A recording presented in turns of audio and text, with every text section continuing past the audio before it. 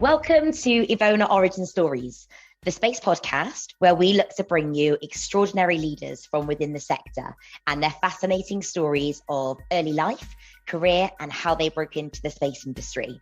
This is our first episode, and today's guest is an incredible example of a powerful, determined woman in business. One of the first women to ever lead a space business to go in public, with the business listing late in 2021.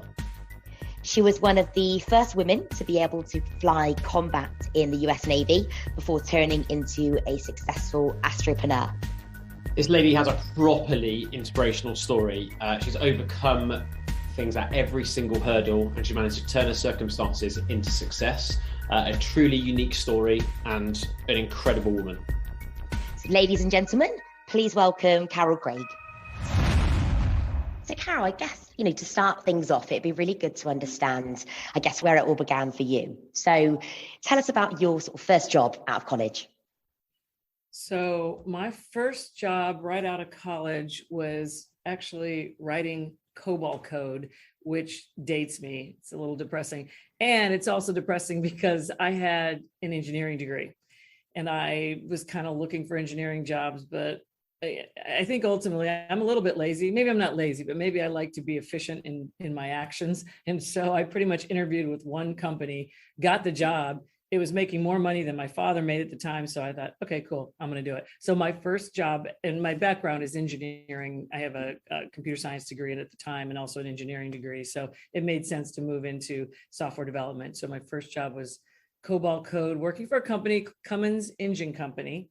So I was writing code for engines, which was, again, nothing close to what I had ever envisioned that I would be doing. And that job lasted about 6 months before I decided to do something else.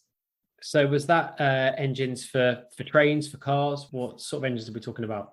Well, I'm from Central Illinois and it was in Indiana. So it was really more for, farm type of equipment, but actually Cummins engines now they're in all kinds of things. They're in boats and all over the place, but it was, it wasn't a very sexy job. Let's just put it that way.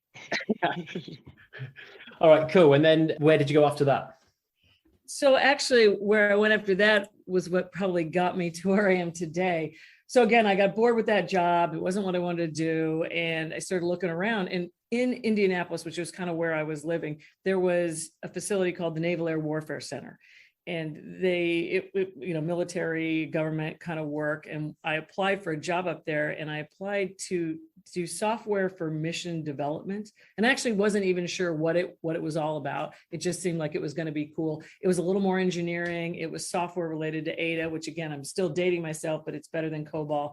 And so I applied for a job there. And what I ended up doing was designing and developing software systems and cockpit systems for naval aircraft, naval and Marine Corps aircraft. And it kind of evolved into human factors and, working with the pilots to modify some of their aircraft. We were integrating GPS. Again, everything I say is going to date me like massively, but we were integrating GPS into the different systems, and it was cool. I kind of started becoming, that whole Top Gun thing where you've got the pilots and then you've got Charlie, who was the woman who came in and talked to the pilots and instructors and stuff like that. I sort of did that, where I would work on developing modifications to their software, come in and talk to them, and then tell them what we had done to modify their cockpits, which of course their answer every time was, "That's stupid. And why did you do that? And you don't know what you're talking about." Because there's a disconnect, shouldn't say always, but there's a disconnect a lot of times between the engineers and the operators, especially in aviation. So that was my next job. And that was actually cool. And like I said,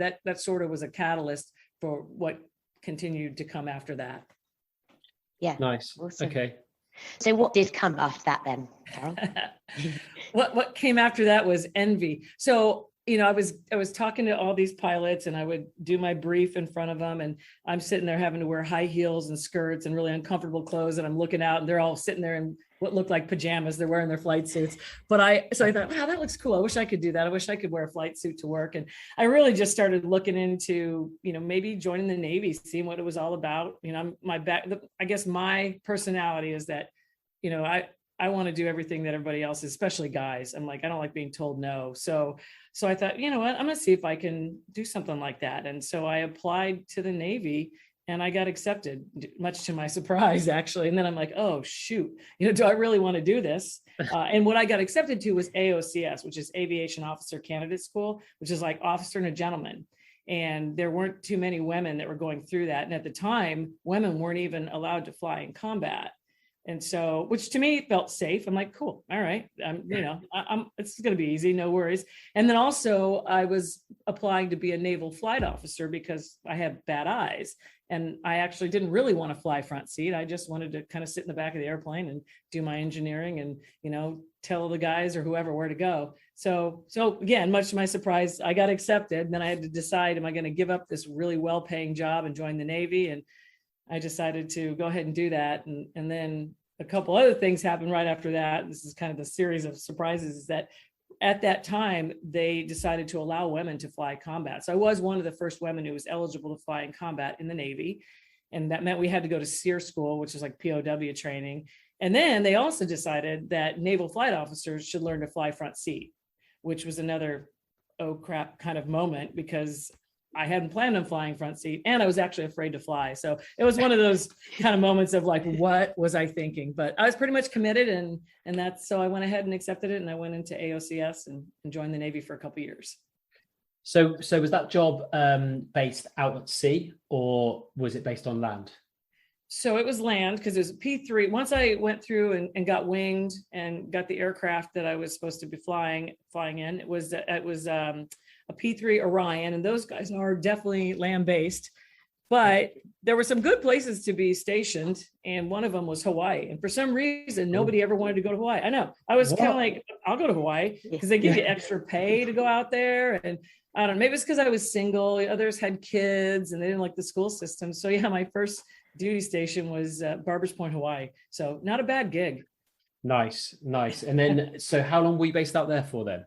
I was only based out there for about a year and a half. And I was only in the Navy for 3.5 years, because during SEER school, I actually hurt my knee, and I went ahead and thought, I'll just get it fixed and, get it corrected. And so I had the Navy do surgery on it, and they pretty much screwed it up. I don't have a really positive opinion of Navy medicine, although it's changed over the years, but I've had some issues with it over the past. But again, they did the surgery, and I couldn't really run anymore.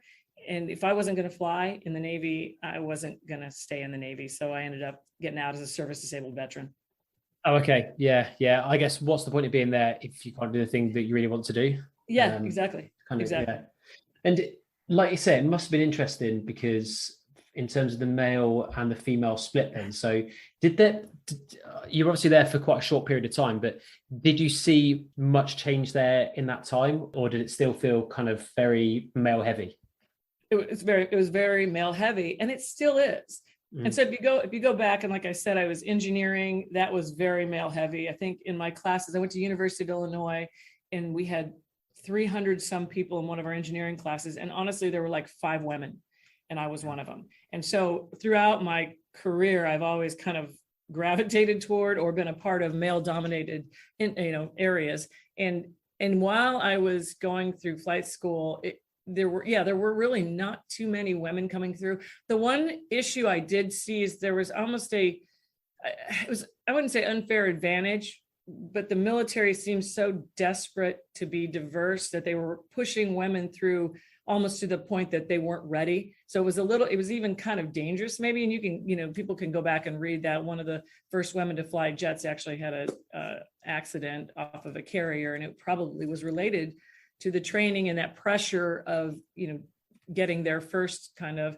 I know that I had one incident where I was flying front seat, and I made a mistake, and I what they call cycled the gear. I put the gear down too early. The instructor's like, oh, no, you shouldn't do that. And I just slammed it right back up, which you're not supposed to do. So I had issues. So we had to go around the tower and have them look at the gear, make sure it was down. It was all good. When I landed, the instructor should have given me what's called a down, which means, okay, you didn't pass that particular flight, but he didn't. And I'm still convinced to this day that it was because I was a woman, and there's that pressure to make sure that women get through the program. Now, I didn't suck, I wasn't going to kill anybody. So that's good news, I guess. But it's still, it's really not the way that it should be done. I think all of us want to succeed on our own merits, which eventually by the end of the program, I think people were starting to get a little more comfortable, but there's still, it was all new, and today even I look at some of the statistics, and it's crazy to me that there aren't more women that are flying in the military or that are at these higher positions. They're getting there. It's just taking time. Yeah, I mean, that's kind of the whole point of this as well, really, that we do need to start to affect change, especially in new space. When we run all the stats, there's really is a handful of roles in businesses which are at least 50% even. The vast majority is still mainly guys. And I think a lot of it is when it comes to university, I think it's just the perception really of the courses. And, the whole point of this is just to talk through people's stories to help people to understand actually there is a gap. There's also an opportunity. And ultimately, to be an engineer now is becoming very cool. I think, a few years back, it wasn't considered a cool course. Whereas now with Elon Musk, etc., it's becoming very, very, very cool to be an engineer. Yeah. So hopefully we should be able to affect change on that. So, okay. So because of the bad knee, you left the Navy. So what happened then? Was this roughly around the time when you set up your business, or? Well, yeah, kind of. So what happened was by then I had met my soon to be husband. I had transferred back from Hawaii to the States. I got out, we got married, and I started following him around. And I was having an issue finding a job because I have an engineering degree, as I've mentioned, and I wanted to do engineering because I had done the cool stuff with cockpit systems before, and it just wasn't working real well. Because every time he'd get transferred, I'd try to find a job, and there wasn't much to choose from, and then he'd get transferred again. And so I had a friend who actually said I should just incorporate just for the heck of it. He's like, you know what, just go do an S corporation, and you never know, see what happens.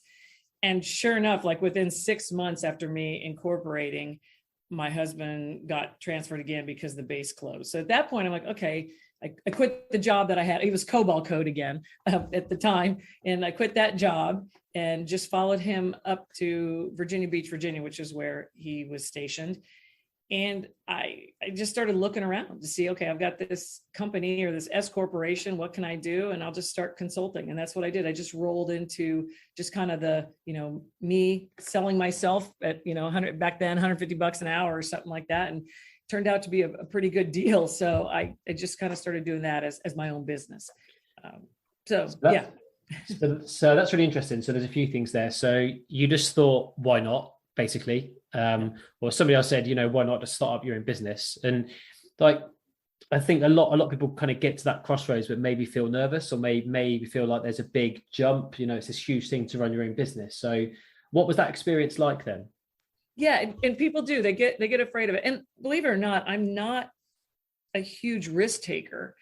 Although if you look back at my career, I jump from one thing to the next, but that's because I get bored. But when it came to the company and incorporating and doing the consulting, I kind of realized that I could have this on the side if I wanted. I could make it my primary. I could still have a job. So what I ended up doing in Virginia Beach, besides incorporating and starting kind of the side consulting business, I ended up working for the Naval Weapons Center that was there that trained a lot of the pilots and in some of the, I won't say Top Gun, but it was more some of the weapons types of things. And so I started teaching mission planning for the pilots there, but I could do that at the same time as building my consulting company. And so I straddled that jump for quite some time. So you can do things like that, right? There is a point where you are putting it all online for a business, but if you can also take your time. In my case too, I had a husband that had benefits, so I didn't have to worry about starting my own company and then not being covered for healthcare and things like that. I mean, those are other things that go through people's minds.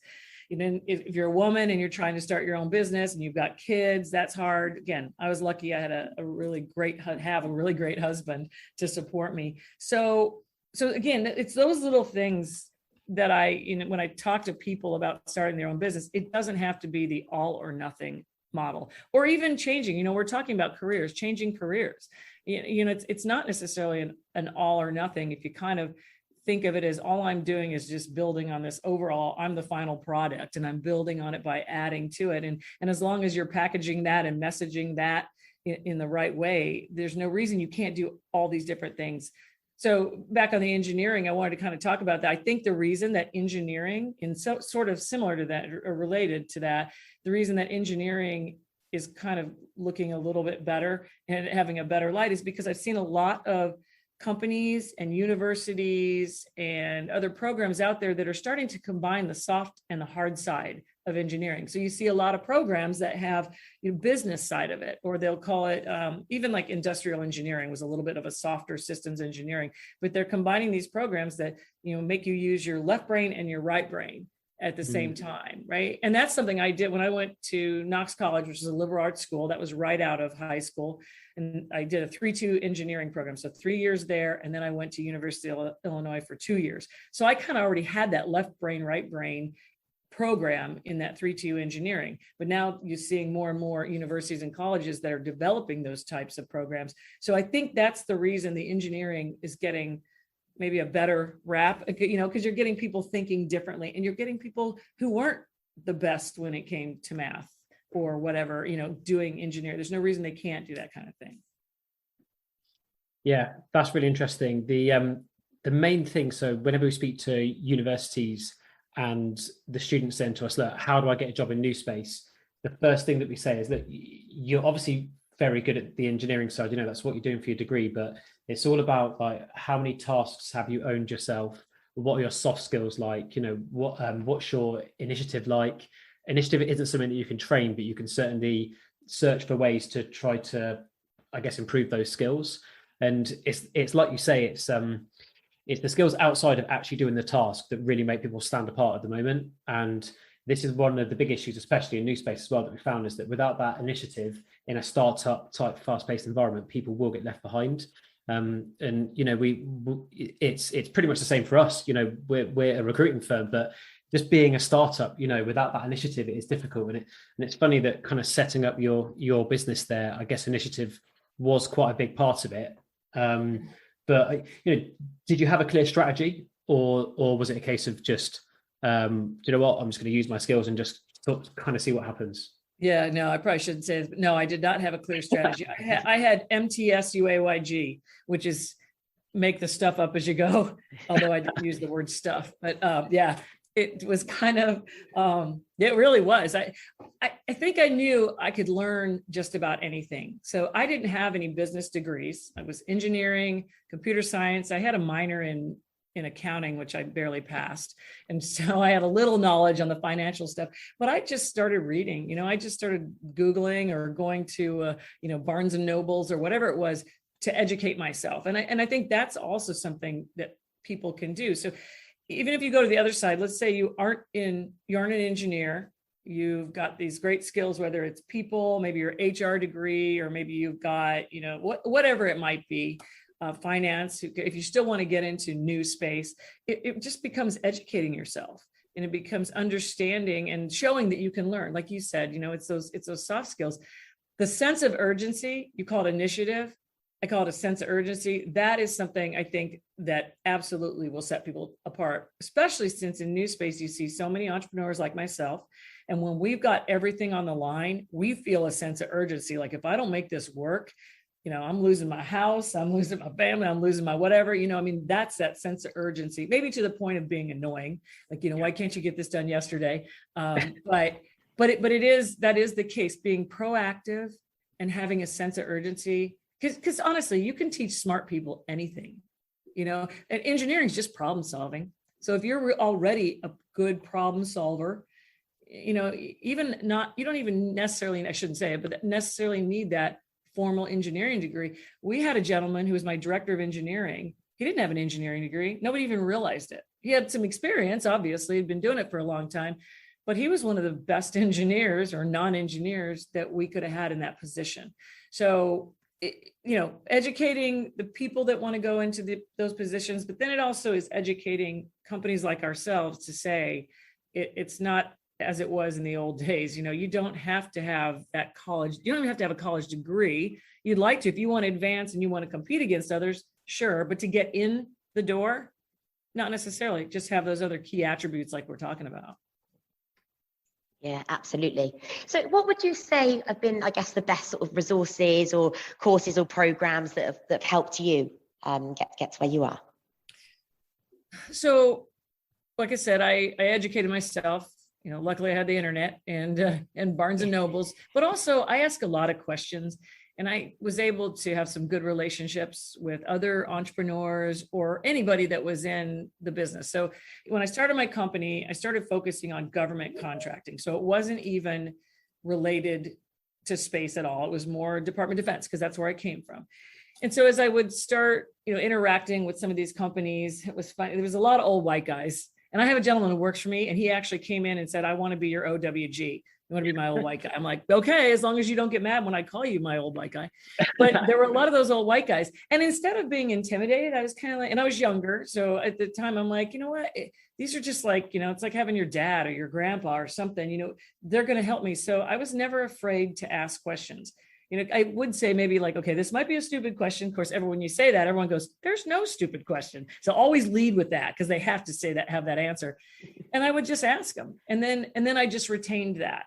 And I took that in, being receptive to suggestions. We all have a little bit of an ego. Some have enormous egos, but if you can kind of check the ego at the door and just soak it all in. And I'm still doing that today as I move forward with some of these things I've never done before. I think that's yet another, way to succeed. And that helps me immensely, just surrounding myself with those types of people and asking questions. Yeah, I think you've touched on some amazing points there, just kind of circling back to what you're saying before, that really is the future of hiring. I think it's looking beyond the resume. And, this is going to sound fairly unusual, but when we're interviewing people for us, I'll be honest with you, I never even read the resume.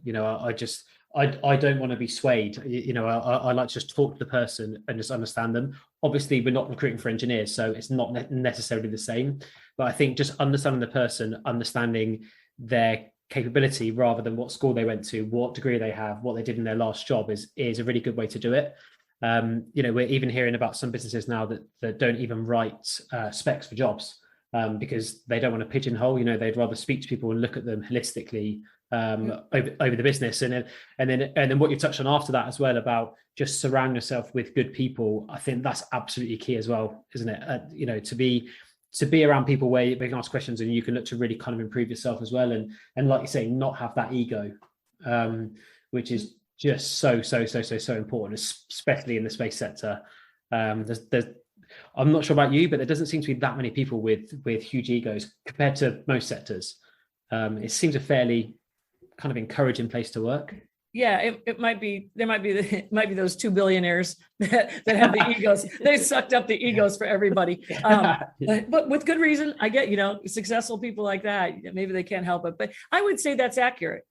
Everyone's so excited about this sector and excited to be a part of it that there almost isn't time to have an ego and think you're better or smarter than anybody else. But it's all leadership too, right? It's tone at the top. So a company has to make sure that that's their culture within the company, and so when people come in, they're comfortable they feel like they can ask those types of questions. So it still comes back to the different, the firms, the companies, the entrepreneurs, to make sure that we have that kind of a culture and that change. So I think it's really important. Like you said, the personalities. I actually do the same kind of thing like you've been saying, where I might have a resume and I'll go through it real quick and go, okay, yeah, they've got those things. But then it's the conversation, which is why I'm involved in a lot of the interviews, if I can, because I know what my culture is. I have a different personality compared to maybe some engineers and entrepreneurs. And so I want that feel, and I want to make sure that everyone feels like they're a family. And, not that everyone can always get along, but you certainly can tell a lot about a person simply with a conversation, and I think that's what you guys know. And that's how you interview, which is great. I mean, that's the testament to why you guys are so successful. Yeah, it's so important. If you're just going to go through a checklist and say, have you got this skill? Have you got this skill? It just doesn't, it doesn't work. And it's a boring conversation, and people now are so busy that, they're just not going to give you the time of day. So you set up the consulting firm, started to kind of move up through that. So what was the point when that became the 100% focus and you began to really look to scale that business? Yeah. So my husband ended up getting out of the Navy. He had 16 and a half years. My first son was born with, my first child, one son, one daughter, was born with a rare genetic disorder. And that kind of caused us to pivot and look at, okay, what are we going to do now? We weren't sure like what his, we weren't sure what his life expectancy was going to be. Actually, it was misdiagnosed. It was terrible. And then even after we found out what his genetic disorder was, everything you read on the internet was like, gloom and doom.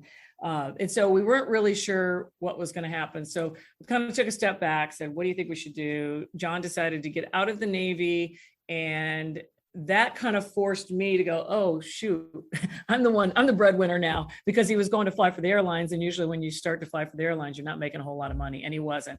So I had to kind of really look at the business and say, can I grow this? What do I want to do? We also were looking at where to move to. And because of Danny, my son, we were focused on school systems, programs for individuals with special needs and things like that. And we happened to drive through Brevard County, Space Coast, on a vacation and really liked it. And my husband started doing research on the schools, and he said, this looks like a good place to live. So I'm like, okay, well, what's there? And we saw NASA, Harris, DRS, all these companies. I'm like, okay. And at this point, still, I'm a consultant. I had kind of started to try to grow it a little bit, a few part-timers to help me with my consulting stuff, but again, I think I've said I had maybe 10 employees, but like 5 were part-time and the other 5 were related to me. So it wasn't really that, much of a business at that point. But I thought, what? Let's do it. I've been making this stuff up as I go along, so I'm like, and I was bored again. So, all right, let's see what we can do. And we moved to Brevard County. And it was there that I kind of went, okay, because now my husband's out of the Navy and he's flying for the airlines, gone quite a bit. I have a child with a disability at an 18-month-old. It was, the stuff got real quick. So I had to focus on how can I turn this into a real business. And I did. I had hired a number of my Navy wife friends because they were going through the same thing I went through, where you can't find a job because your husband keeps moving, but they've got education. And we just slowly started, kind of picking away at how to become a government contractor. And it took some time, even though I'm woman-owned, service-disabled, veteran-owned, Hispanic, you get all these check in the blocks as a government contractor with those set-asides, but they don't hand you work. So it was a lot of hours. It was a lot of stress, a lot of sleepless nights. And eventually we just kind of started to get some momentum. So I grew it focusing on Department of Defense, but I was here in the Space Coast and started to get involved. And it was relationships. That's another thing, for whether you're an employee or you're an entrepreneur, relationships, getting involved with the community, volunteering, all those kinds of things. It just like expands your network ridiculously. And that's what I did here. And that sort of was the catalyst, even more so, to get into space. And we became a subcontractor for a company that was had a contract at Kennedy Space Center. And then I just started building on that, and it just rolled on from there. Absolutely amazing. Honestly. Yeah. Wow.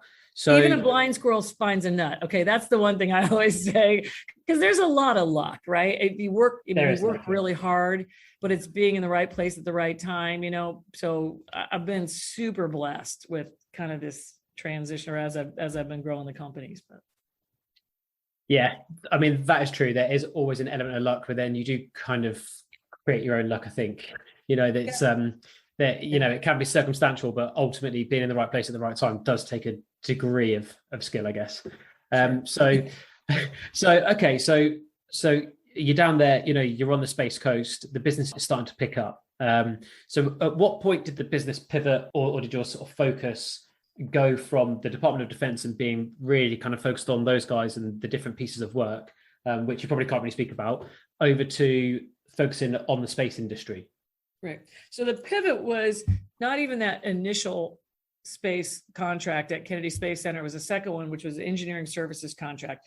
And we were a subcontractor to a large prime. We started with like 20 people, I think it was, and we grew it to 150 people. And we grew it because of the relationships, because the way we treated our employees, because how engaged we were with our prime contractor. Craig Technologies was in the business of services, which is people. And a lot of people will call it a staffing company. And I'm like, nah, it's not a staffing company for me. A staffing company, you guys are sort of like that, but some people will look at a staffing company where they will actually they're still employees of the company, but they're like, yep, they're on your site. You deal with them. It's not my problem. That's not what we're about. We own the project. We own the customer. We're involved. It's kind of a different mindset from a typical services company. So we built this relationship and just kept growing. And because I got involved in the community, I was learning more and more about space. And at one point I decided to try to develop a manufacturing division. And it was because we did a lot of engineering. I thought about, I decided that maybe we needed something. And I actually had somebody come to me and talk about building a particular product. I'm like, well, we could do that. We can do the engineering, but how do we actually build it? And so I ended up standing up a very small manufacturing division. It's like 5,000 square feet or something, really, really basic, real small. And then right at the time I did that, NASA came out with a request for information because they were trying to find somebody who might take over the old NASA shuttle logistics depot, which is where the shuttle would come back and be repurposed. There's a 160,000 square foot facility. What they're really trying to do is get someone to take over all their equipment, 2,000 pieces of equipment. And so they put out this request for information. We responded to it, and, be careful what you wish for. We ended up being selected, and there was nothing that went along with it other than here's a whole bunch of equipment that you get to, maintain and do what you want. And then, by the way, give it back to us in 5 years. So it was a Space Act agreement. No contracts, no money. It was an entrepreneurial type of nightmare, actually, is probably what I should say. So we ended up winning that. We took over the equipment. I stayed in the same facility, enormous 160,000 square foot facility.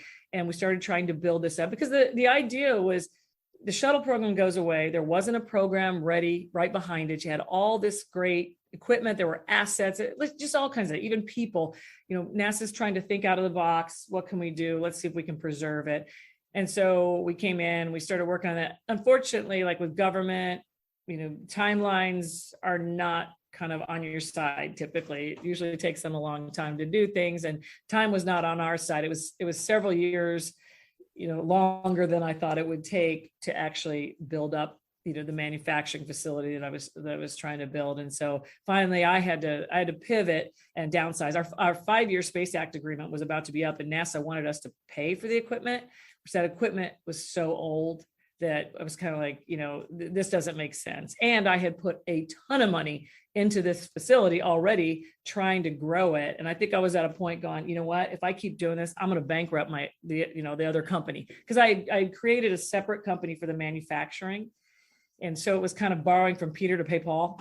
And it was kind of a turning point where you just go, okay, what am I going to do? I actually was going to shut the whole thing down, but I had a couple customers go, no, don't go, because they really liked us and the work we were doing. So I thought, okay, I'm going to downsize. And that's what we did. So that's how we kind of moved into the manufacturing. That moves us into commercial space. We won a couple contracts to build an external platform to put up on the International Space Station. I put in an unsolicited proposal for a satellite deployer that was up on the International Space Station. And the industry itself was moving more so into commercial space. So I was lucky to be there at that time. And like I said, I was lucky to not make the decision to completely shut that down. And we can just continue to evolve. And I just kind of still had this vision of, I'm not giving up. I'm going to do whatever I can to make this succeed and try to build something out of this manufacturing division that we put so much into. Because you guys are able to launch from the International Space Station, is that right? So the two things that are up on the International Space Station are the platform. It's an external platform that goes out on what they call the NREP, which is the NanoRacks external platform, and it stays up there for 16 weeks or so, and it can test all kinds of things, whether it's materials or it's electronics, whatever, and then comes back down. That was one of the things we did. And then when you talk about deploying and launching off the ISS, that's the satellite piece. There's a satellite deployer up there that NASA had developed but wasn't using, kind of like our shuttle logistics depot. They're not using it. And I put in an unsolicited proposal saying, hey, can we take this over, maintain it, and use it for commercial customers to deploy satellites? It was a lot easier to maintain a, metal box type of thing as opposed to a 160,000 square foot facility. So I'm like, all right, I learned from my mistakes. Let's do something a little bit easier and that doesn't quite cost as much money. So that's essentially what that platform does. That Cyclops allows you to deploy satellites in space. So in space satellite deployment, the your satellite's taken up to the ISS. The crew up there will unpack it, attach it. There's a robotic arm that it'll attach it to. It goes on the outside of the ISS, and then it's a mechanical release that just releases the satellite out, sufficiently away from the ISS so as not to come back and cause damage. Damage, yeah. That's my qualifier. Nice. Yeah. Disclaimer. Yeah. I mean, look, amazing. There's definitely some themes that seem to be coming up here, really. Just kind of don't be afraid just to try things, putting in unsolicited proposals, like, kind of just why not just try it? It's a growth sector, so it's incredible what you can achieve. And the one thing I just wanted to kind of circle back on is that you mentioned about the culture, and you mentioned, you weren't a staffing firm per se, you own the customer, you own the projects, but you mentioned that you had a different sort of culture. So can you talk us through that? So it's all about employees, I guess. And a lot of companies will say it's about employees, and they wouldn't be here without employees, but you have to kind of do more than just say it. Our core values are family, integrity, loyalty, passion, and community, and family's number one. And that was family because, everything that I've gone through, like I mentioned, I have some with a disability and, kind of all these ups and downs and things. I understood family is the most important, and our employees shouldn't have to worry about payroll or, those things behind the scene, because what's most important is their family. And then that also allows them to focus on the mission. And so I wanted also our employees to feel like they're part of a family, which means that we have your back. Yeah, we're going to fight. Yeah, I'm going to tell you, when you've done something wrong, whatever. But, ultimately we've got your back, and, one team, one fight kind of a thing, just like a family.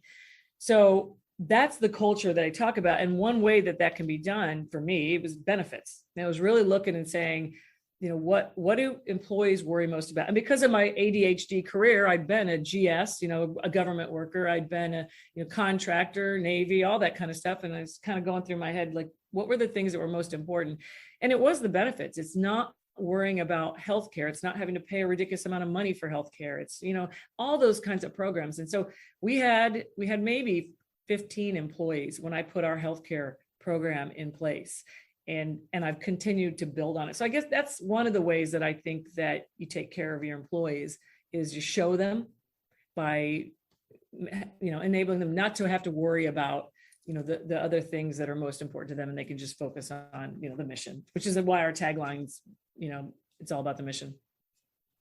Yeah, amazing. Yeah, very inspiring there. I think there are lots of companies that say this stuff, like you say, but actions do speak louder than words. And, the benefits package, the understanding that sometimes, like, if somebody needs to let the plumber in at home, why should they have to take time off work? It's like, if you look after people in their family environment, then they're more focused, they're eager to work better. So that resonates with us a lot. Yeah. And makes a lot of sense. Yep. Until they take advantage of it, not to be the Debbie Downer, but you do have people that will take advantage of it. And that's where, as a leader, you've got to recognize that, because that bleeds off onto your others. When you're the one that does have that sense of urgency, and you're an employee that's conscious about it and doesn't take advantage, and you look over and you see some guy or girl who's totally taking advantage, that's disheartening. And so it's up to leadership to make sure that doesn't happen, and to hold people accountable. Exactly. Yeah, exactly. Yeah, absolutely. So can you tell us a little bit about the business as it is today then? Yes. So the story continues, right? So we developed this manufacturing, we downsized. I refused to give up. We have the deployer up on the ISS. We have the external platform, and we were actually building a lot of space hardware. That's one thing that we were doing over the last 10 years, and we do really well, I believe, is build space hardware, flight hardware, ground hardware. We built hardware for every single space program, I think, that's out there. A lot of commercial companies like Blue Origin, SpaceX, and then also the government, NASA, other countries and things like that. So we do that really well. We did that over the last 10 years. And then about 2 years ago, I was kind of doing a step back, look, what am I doing? What's my direction? Where am I going? I can't do this MTSUAYG thing anymore. I got to strategically think about things. And And as I also looked at the industry, I saw a lot of these companies that were, building their own satellites and launching and managing constellations. And I realized, and they were doing it actually with loads of money and an idea on a napkin. And I'm like, okay, what am I doing wrong? I need, if I had money, I could do amazing things, because I've done everything organically. I haven't had investors. I started with $150. Banks, usually were my support system when it came to money. So I stepped back, I looked at what we had, and I've got the makings of a satellite constellation company, of a satellite operator, of a space as an infrastructure company. All I need to do is just pull it together and be focused and make it happen. And so I believe in creating the infrastructure first.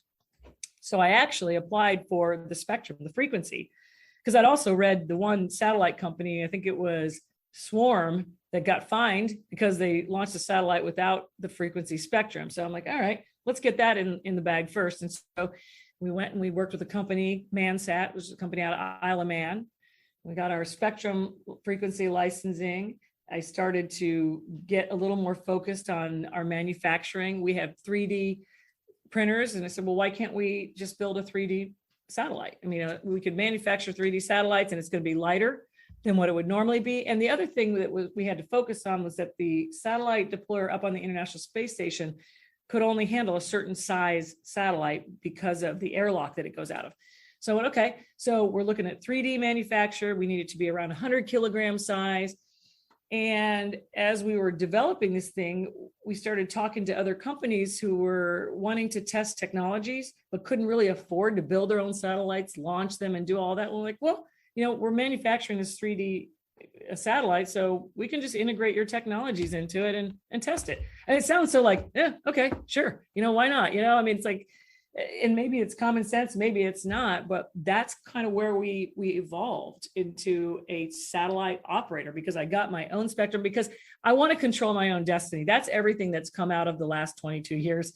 It's very stressful to work for others, and then there's good things about government contracts, and I love what we do, and that's great, but you're still kind of at the mercy of budgets and the government and that kind of thing. Whereas if you move a little more into that commercial space, or you have a nice hybrid model, which is what SpaceX has, you finally get a chance to control your own destiny. And that's what we were doing, is we were moving into this satellite operator, space as an infrastructure, space as a service company, and being able to control our own destiny. We're actually targeting international countries as well. There's a lot of underrepresented countries out there who want to build their space programs, but either can't afford to do it, don't have, the backing, those kinds of things. It's low-hanging fruit for some of these larger companies. And so we started targeting those kind of companies.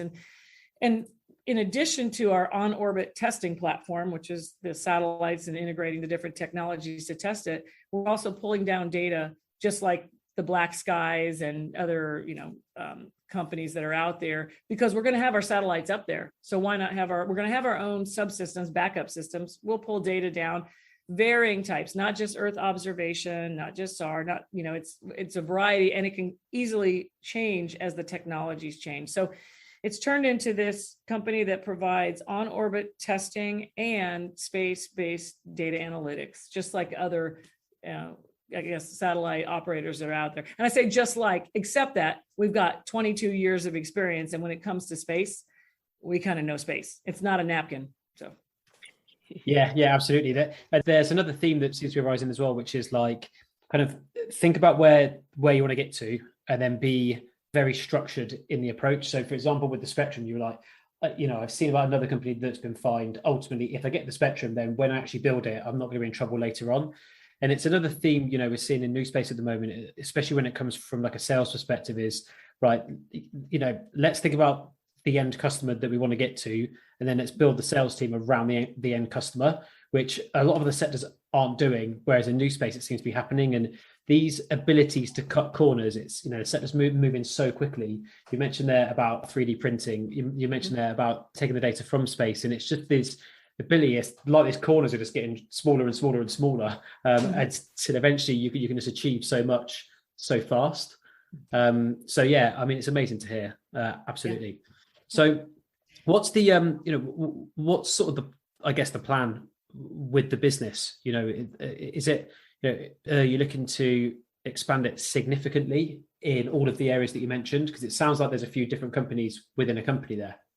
It is. And it's when I first started my company, I was told by the old white guys that I should have a niche.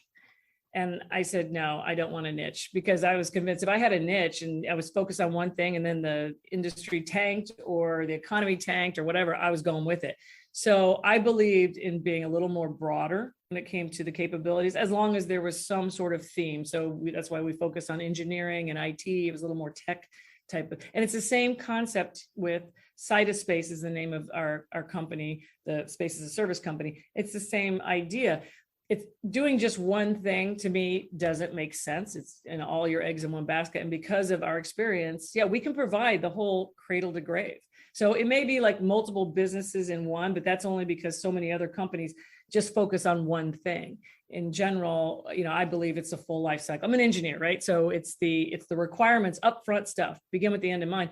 Upfront is so important. So as a company, same thing, to be able to look at the entire life cycle as we provide you whatever product, and wherever your product might be within that life cycle, it's very important. And that's why we kind of designed the company the way we have. So and I think personally, I think it's going to work. So far it's working. Yeah. Awesome. So I guess you've mentioned like a lot of advice that you've had throughout the years. So what would you say has been the sort of best advice that you've ever received? So the best advice that I didn't take until later was, and it sounds so simple, it was cash flow is king. Cash is king. Cash flow is important. And the reason I didn't take it initially is because I was a services company. So when I had people out there working on a contract, I was getting paid for the hour and for their work. And then I got paid regularly every 30 days. So really cash wasn't like I was having to put a lot of cash into R&D or CapEx or anything like that. So I was like, yeah, whatever, until I moved into manufacturing. And what at that point, I should have had my eye on cash is critical. Cash flow is the most important thing. And I didn't. And like I said, I struggled a little with that, especially since I didn't have, investors or backing and that kind of thing. Since then, I have learned. So as I'm moving into, we continue to grow Cytospace, that's the advice that I keep in the back of my head or in front at all times is cash is really important. And you've just got to be smart about it, which is again, why I started looking at investors or other options for Cytospace to help us grow. Yeah, absolutely. Okay. And what about, I guess, the advice that you would give? So what advice would you give for anybody kind of looking to move into the space sector? Think out of the box. I mean, it comes down to, don't believe everything you hear, I guess is the other thing, or you can do anything. Like what my mom said, you can be anything you want, you can do anything. It's that kind of mentality. You may think the only people that are working in the space industry or that are going to get the good jobs are going to be the engineers, or you've got to be younger, or you've got to be whatever. That's not the case at all. There are so many areas, and just getting your foot in the door, anybody can do it. So it's don't constrain yourself. Don't believe what you hear. I don't know. This is my mindset anyway, because like I said, I had a mother who told me I could do anything, be anything. When my son was diagnosed with the disability he had, I just refused to believe what I saw on the internet. I'm like, no, I will control my own destiny in that case. Well, maybe that's the thing to say. You can control your own destiny. If you want to be a part of New Space, even if you're just the person who's sitting at the front desk answering the phone, or if you're somebody who's in HR, or if you have a marketing degree, you can be a part of that. Maybe it means taking a couple classes, like a space systems class. We have Florida Institute of Technology out here, and they have a space systems class. And it just gives you that overview. And that's great. That's all you need. It's worth it. Don't be afraid. Don't be afraid to try. Again, you've heard my whole story here. It's kind of like, you can tell, I'm like, what do you got to lose, if it doesn't work? Yeah. So I think that's it. Yeah, absolutely. I think that's some great advice, controlling your own destiny. And I think you mentioned earlier, an element of it is luck and the right time, but it's ultimately putting yourself out there, as you said, whether that means taking a course, but ultimately looking at what you're passionate about and then finding the space for that, within the sector, and then being able to kind of move forward move forward with that?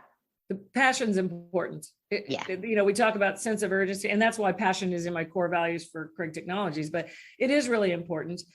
Don't go into space if you're not passionate about it. Now, I know that might sound bad, and maybe people are like, of course. It's like, no, sometimes people just do it because, okay, there might be more money, or, because my friend's doing it, or whatever. Don't, because it's going to be hard. Space isn't that hard. It's like, I keep saying that, there's such opportunity and you're going to see it get easier and easier, but it will take work, and you're going to be expected to work by employers, especially entrepreneurs. I mean, I think we're driving the new space here because, there is a sense of urgency because there's so much opportunity. That's the thing that makes me crazy. I'm like, oh my gosh, there's just so much. Everything we do on Earth here, everything terrestrial, all data terrestrial is going to be done up in space, and can be, and we could be doing it today if we could just hurry up, so it's that sense of urgency. And I think that's just the advice of, if you don't have the passion, don't come into this. But I think most people are seeing it and they are passionate about it, and there should be no barrier to entry. And I don't think there is. I mean, I think if you talk to any of these companies, they can see right away, just like we said, when we interview and you guys interview, if somebody's suited for this and would be a great part of the team. Amen.